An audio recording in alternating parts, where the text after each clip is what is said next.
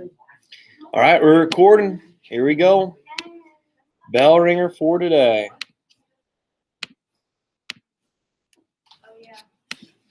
So describe what Black Tuesday was.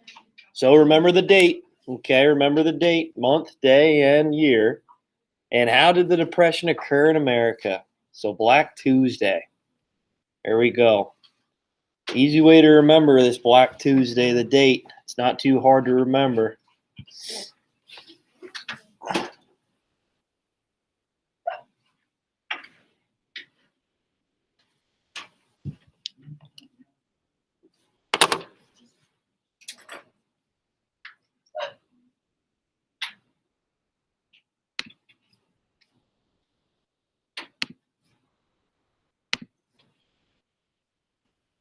Got the hiccups. You just go away.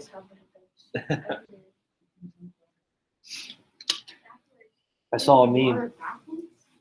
That said, you never really know when your hiccups are actually over. It's just a long and extended time. They have never ended.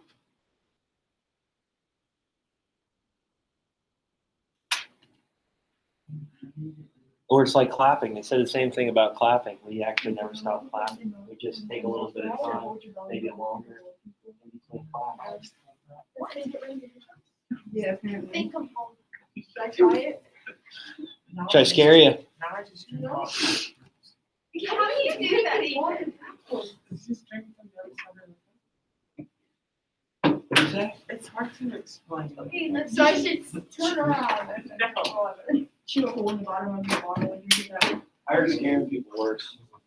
If it was my sixth period, they'll just say, "Oh, show them your hairline." Okay. So you can only use this. I can drink water backwards. Drink water backwards is like puking, then I guess. What do you mean? Yeah, you need to show us.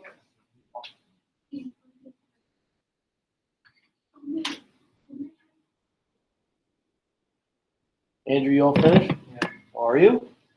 I have a longer response than this.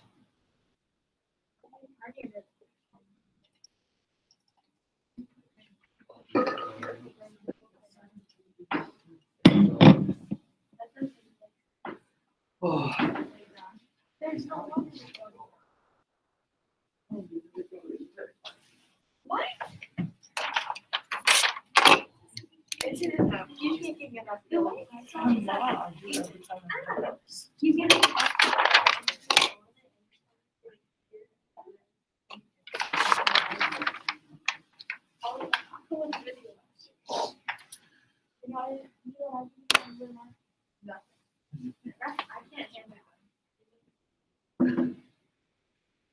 I see I need to do these twice again.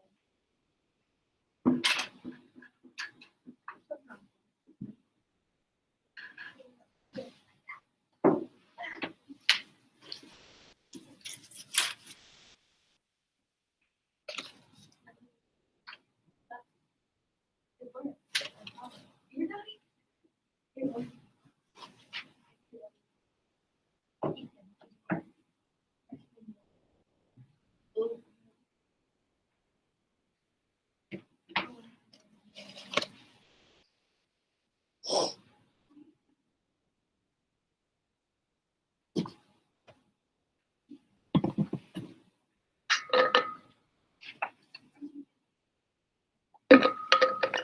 I'll give you another minute to finish up here.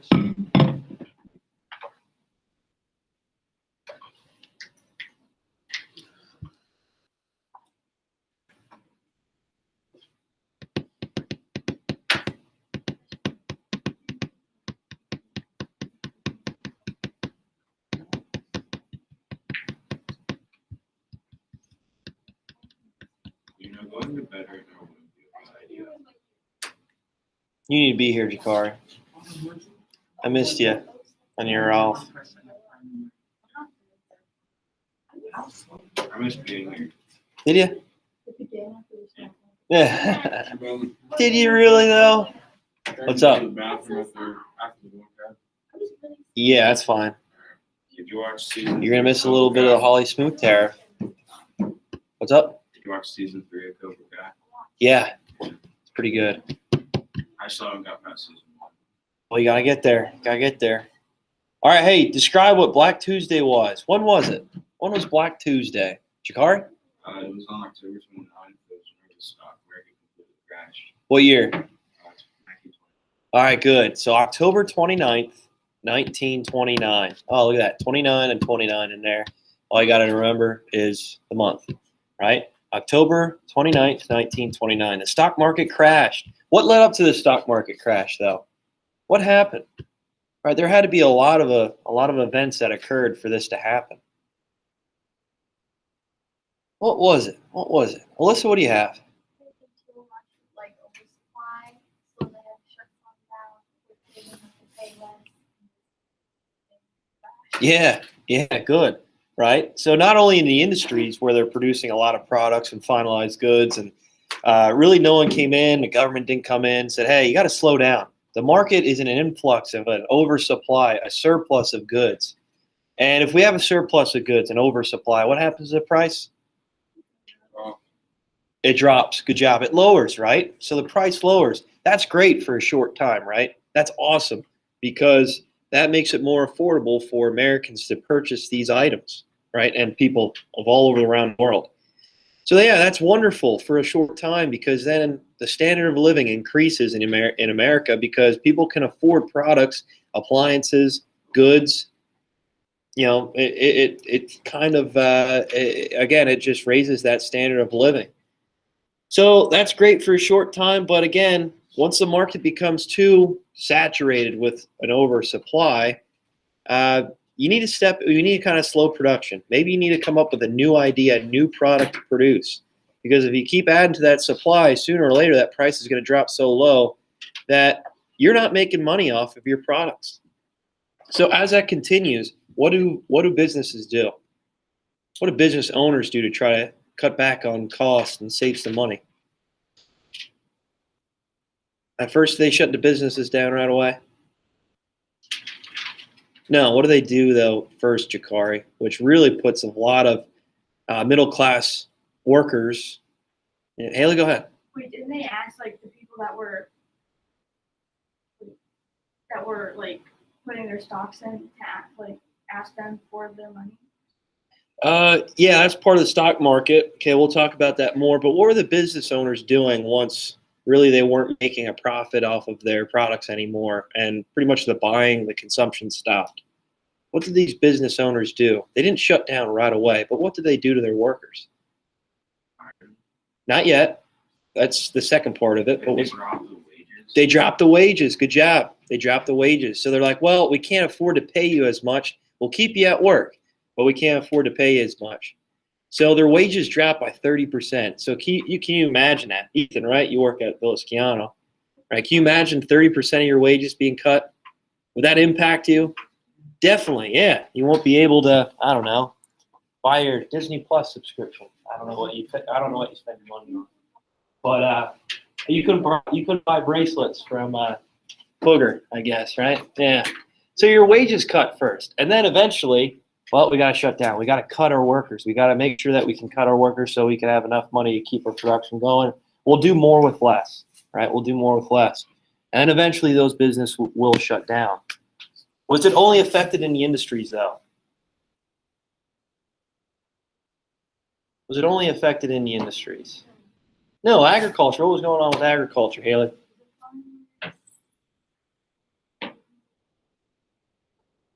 Yeah, so with World War I, right? What were farmers encouraged to do? Right at World War I, when the United States was involved.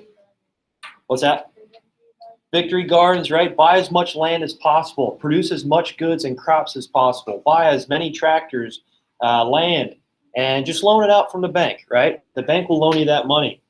Okay, again, once the war ends, no one steps in to kind of tell them to say, hey, slow down.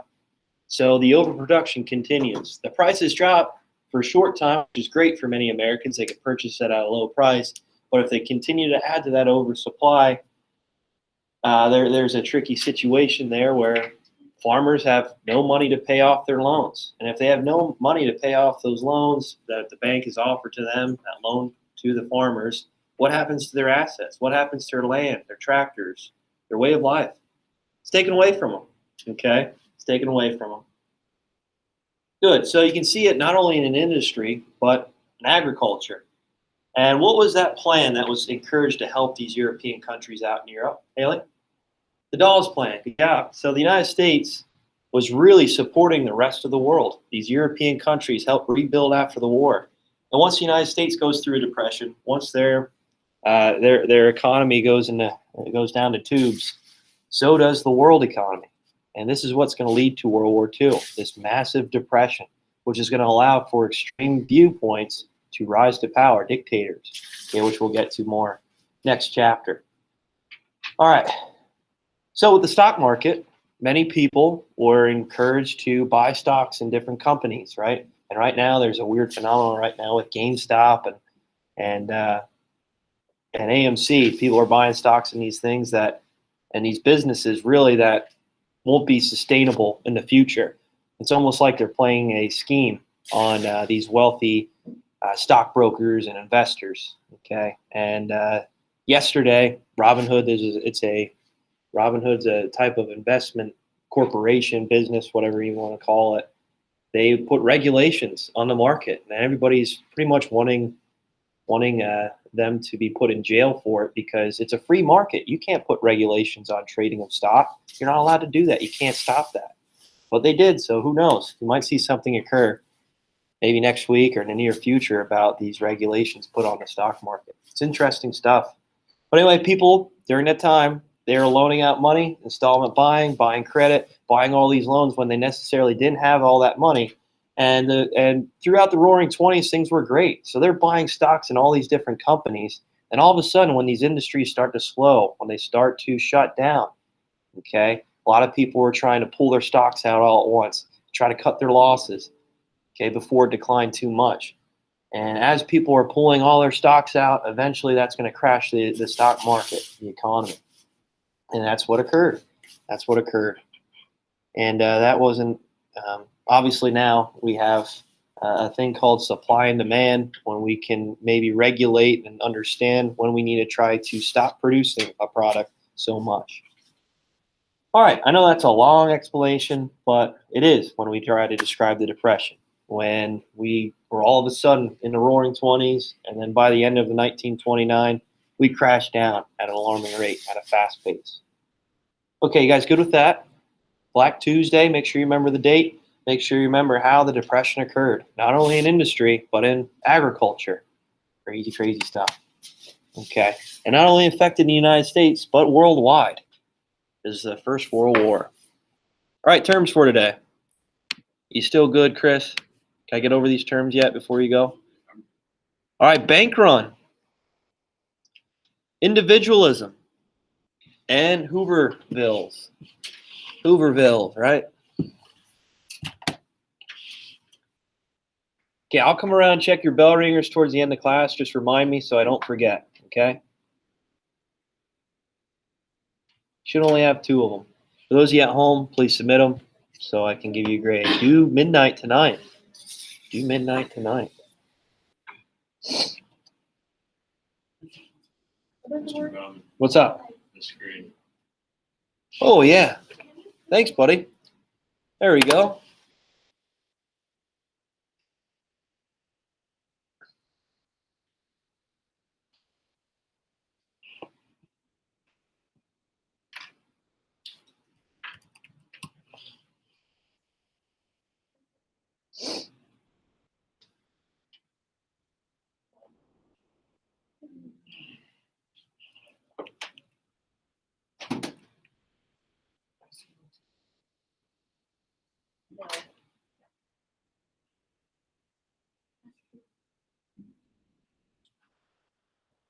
Did the boys or girls play? Oh, do you guys win? No? No. Who do you play? Greenwood. What's that? Play Greenwood. Greenwood. Are they pretty good? No, we could have beaten them, but it was just we couldn't block shot, and we were just it looked like our life was dead. Uh-oh. What was the score? 24. It was 55-36. Oh, that happens. Get him next time, right?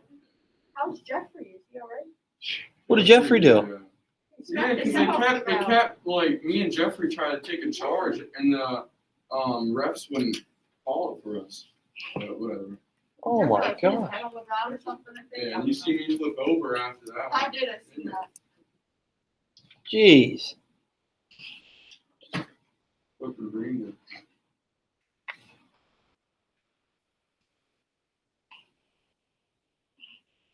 When can I go now? You got him done? Yeah. All right, go ahead. I'll give you one more minute to finish up here. Yeah, I'll put my bell ring. Thanks, buddy.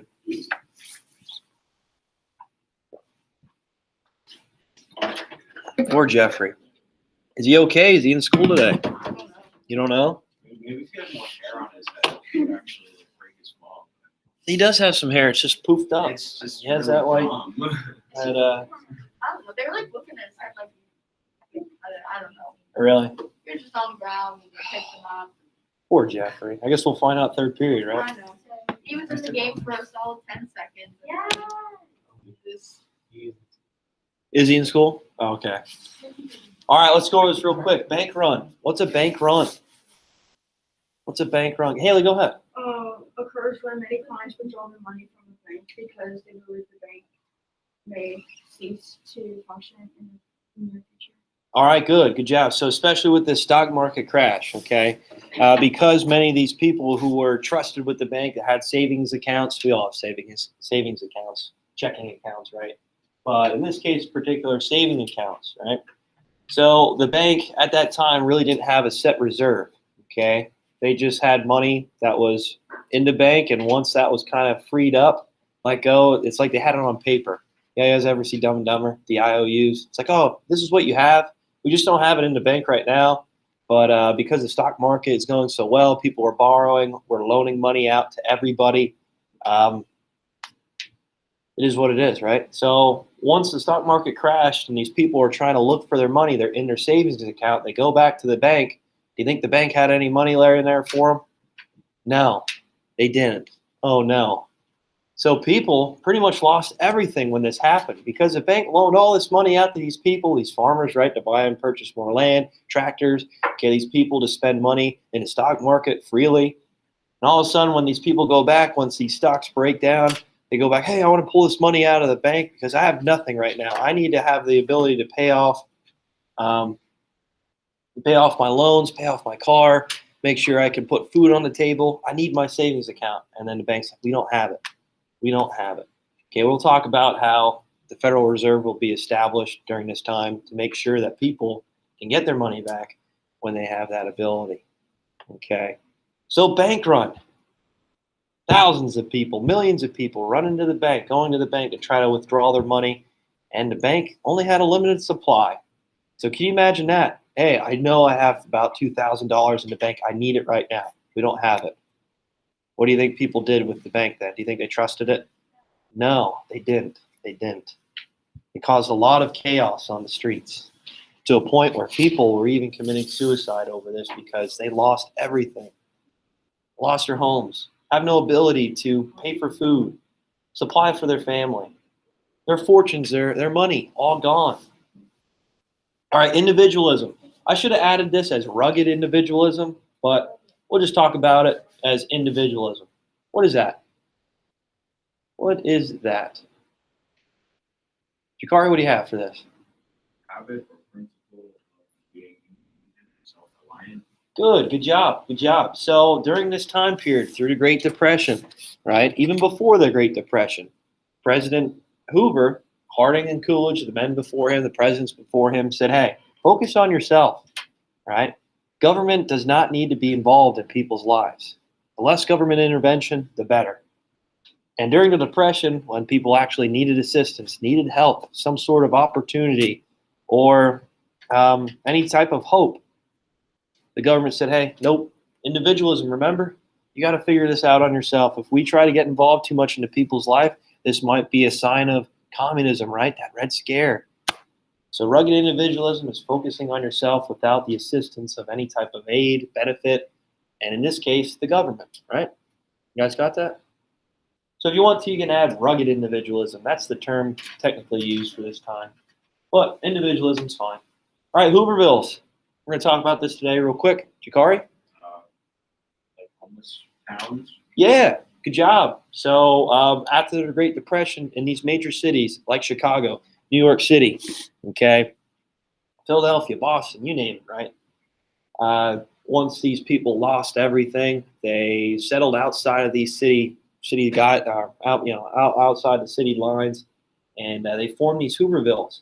They were makeshift houses, towns. Okay, thousands of people, hundreds of people would try to go out and grab any type of scrap material, cardboard, wood, and makeshift homes without running water, without electricity, without heating, insulation, especially in the northern cities, right?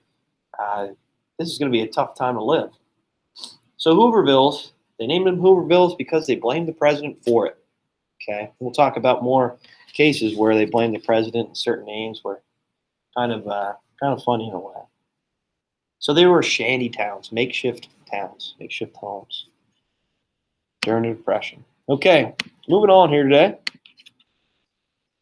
Here's one term I want you to remember. I should have had it on the vocab, but if I just have it in the presentation, we're okay. The Hawley-Smoot Tariff. The Hawley-Smoot Tariff. So to try to combat against this depression, to try to maybe push the United States economy in the right direction, there's a plan that came up by two representatives, two politicians. Okay, one of them, his last name was Hawley, and the other one was Smoot. That's why they call it the Hawley-Smoot Tariff. So to try to combat against the effects of the depression and try to build some sort of profit and for Americans to buy American goods.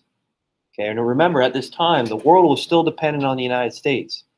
But towards the end of the 1920s, the beginning of the 1930s, we see these European countries having their own businesses, having their own factories, producing their own goods, and even trading with the United States. That's how capitalism works. We set up and established trading partners all throughout the world. And it's happened after World War I, and we'll talk about it again after World War II. So with some of these goods, politicians thought, and some economists, but not many, they thought the best way to try to increase our economy is have Americans buy American goods. If our businesses are producing goods and supplies and people are buying our supplies and goods, then our economy only has one way to go, up. So in a way, we're trying to almost isolate ourselves from the rest of the world. We're trying to show that our businesses, our factories are a primary focal point for people to buy and purchase. So with this tariff, they decided to put taxes on imported goods. So let's say, I don't know, cars coming from France or from Germany or from Great Britain, right? You go to the marketplace at this time, you probably wouldn't buy a car because of the Depression, but let's say you were for some reason. You go to the marketplace, you see a Model T car. Okay, Model T cars out there, good shape, you know, it's American built, American product, good stuff. We're going to support American business if we buy American goods. And you see on the line a car created in Great Britain and in France sitting there as well. All right, so they put a tariff, a tax on those goods, those imported goods from Great Britain and France, so the price of the car would be lower for an American product. Does that make sense, guys? So you're more likely to purchase something that's cheaper, that's American built. That was the plan. That was the idea. Some cases, people thought that this would work and that this would be a benefit to American society. And this was all different products, all different supplies, not just cars. It's just an example I wanted to give. So what do you think happened now? Was this a good idea? Maybe for a short time, not long, people in America were buying American goods that helped our economy, helped our businesses stay open, which tried to help with the unemployment rate in America. But what do you think happened? What was one of the drawbacks or problems with this, you think?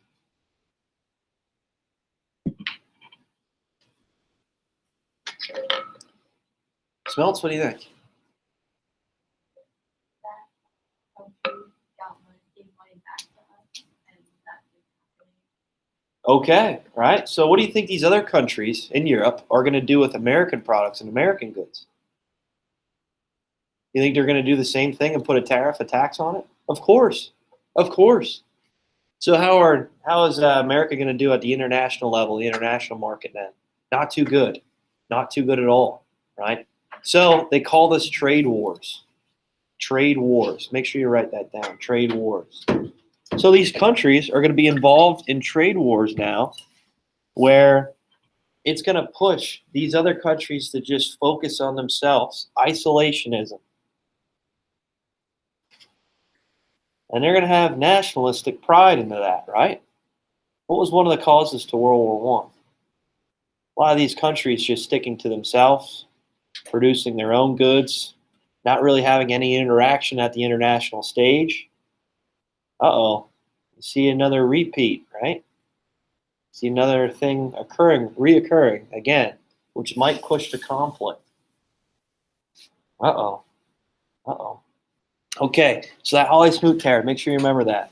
First, the idea, have Americans buy American products. But the international stages is going to create trade wars. This is going to cause other countries to raise their taxes,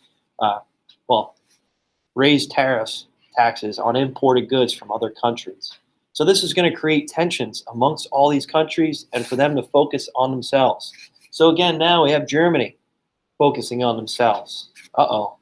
We have France, Great Britain doing the same thing. Russia, right? The Soviet Union at the time. The United States, all isolated, focusing on themselves. But overall, not helping each other out. All right, Hooverville's become home. Okay, Hooverville's. Like I mentioned with the vocab, as the Depression hit hard, many people lost their homes, lost their apartments, lost their jobs, lost their way of life. Okay, unemployment soared to 25% of working class individuals in America. And they had no ability to live, to make a living. So they left their homes, left their apartments, went out to these city lines, right, on the outskirts of these cities, and created these shanty towns. As you can see, there's an example of one of the houses. It looks like just old cardboard pieces, old boxes, tin, right? In some cases, cardboard. Many cases, they just kind of grabbed cloth and threw it up on there and made sure that, you know what, that's a home. Can you imagine living in that? It kind of looks like a shed that you see maybe in someone's backyard. You think they had insulation? No, there's no way to keep warm during these cold months, especially for New York City, right? Chicago, all the the weather impacts that they have. Electricity? Heck no, they definitely didn't have electricity out there. But what about running water? No. Where'd they go to the bathroom? Ugh. Gross. They probably just did it in a bucket and threw it outside. Guess what? A lot of these people live jam-packed in these Hoovervilles right next to each other. So it wasn't a great time at all. Can you imagine whole family living in a home right like that? Kind of like a shed. That'd be terrible living. Terrible, terrible living. So you can see the changes from the Roaring '20s we have, where people were living these luxury style homes, having the best, most expensive clothing, enjoying the entertainment. Now all of a sudden living in these Hoovervilles, these shanty towns. And this has sprung up all across America in these larger cities, specifically in the Northeast, right? Spreading out to the Midwest, just like where Chicago's located. Not yet do we see these huge cities, in the Midwest and in the western part of the country just yet. But anyway, they're called Hoovervilles. Why? Let's blame the president. He's the person we need to blame for this. President Hoover. That's where it gets coined the name Hoovervilles. So you can see a lot of animosity, a lot of hatred towards President Hoover because what did he try to do? Let it just roll by, right? Let the good times roll. Okay, let's have a hands-off approach, rugged individualism. If government gets involved, it's going to create more issues, right? In time of need, maybe the government needs a show of assistance. All right, you guys good with that? All right, another slam to Hoover. Hoover Flag. Hoover Flag. You guys ever see homeless people, cartoons, shows, whatever, people have their pockets out like this? People would just walk around cities, towns with their pockets out showing, hey, I have nothing to my name. I'm kind of roaming around looking for some sort of opportunity, looking for food, looking for anything, really. And that's kind of the signal or the significance of the time period in the early 1930s. People walking around really depressed. They have nothing to their name anymore. They have no way of supporting their family, themselves, right? So the Hoover Flag was coined. And this is just people with their pockets out, walking around town, showing, hey, look who we need to blame for this. President Hoover. Hoover blanket. Newspapers, old newspapers, used for insulation. They would shove this into their Hoovervilles and into their homes to try to form some sort of insulation. They'd use it as blankets to cover up. Can you imagine sleeping underneath a newspaper every night and say, oh, there's my blanket. This is going to be okay. Terrible, terrible times. All right, is there any questions on that? So you can see the slam to Hoover here. Oh, sad stuff. Sad stuff during this time period. We'll talk about President Hoover a little bit more. Maybe he gets too much of a bad rap for this. Towards the end of his presidency, he does something different. He tries to have some sort of public works projects, which FDR will take and run with. And FDR actually slammed Hoover a little bit too much, which didn't help anything out. But we'll go over it. You ever hear the Hoover Dam? Yeah, a big, huge dam out that supplies electricity, especially to Las Vegas. That's part of his public works project. Okay, we'll talk about that more next week. Okay, things aren't getting better. Things are only getting worse quick in America. All righty. So I posted a video up for you. If you want to watch it, please check it out. It's to really summarize what we went over, the Hawley-Smoot tariff. Okay? It's discussing more about President Hoover and his aims to try to help people out during this time. A lot of it, let the good time, let things roll out. Okay? Try to keep the government out and involved. All right. Have a good weekend.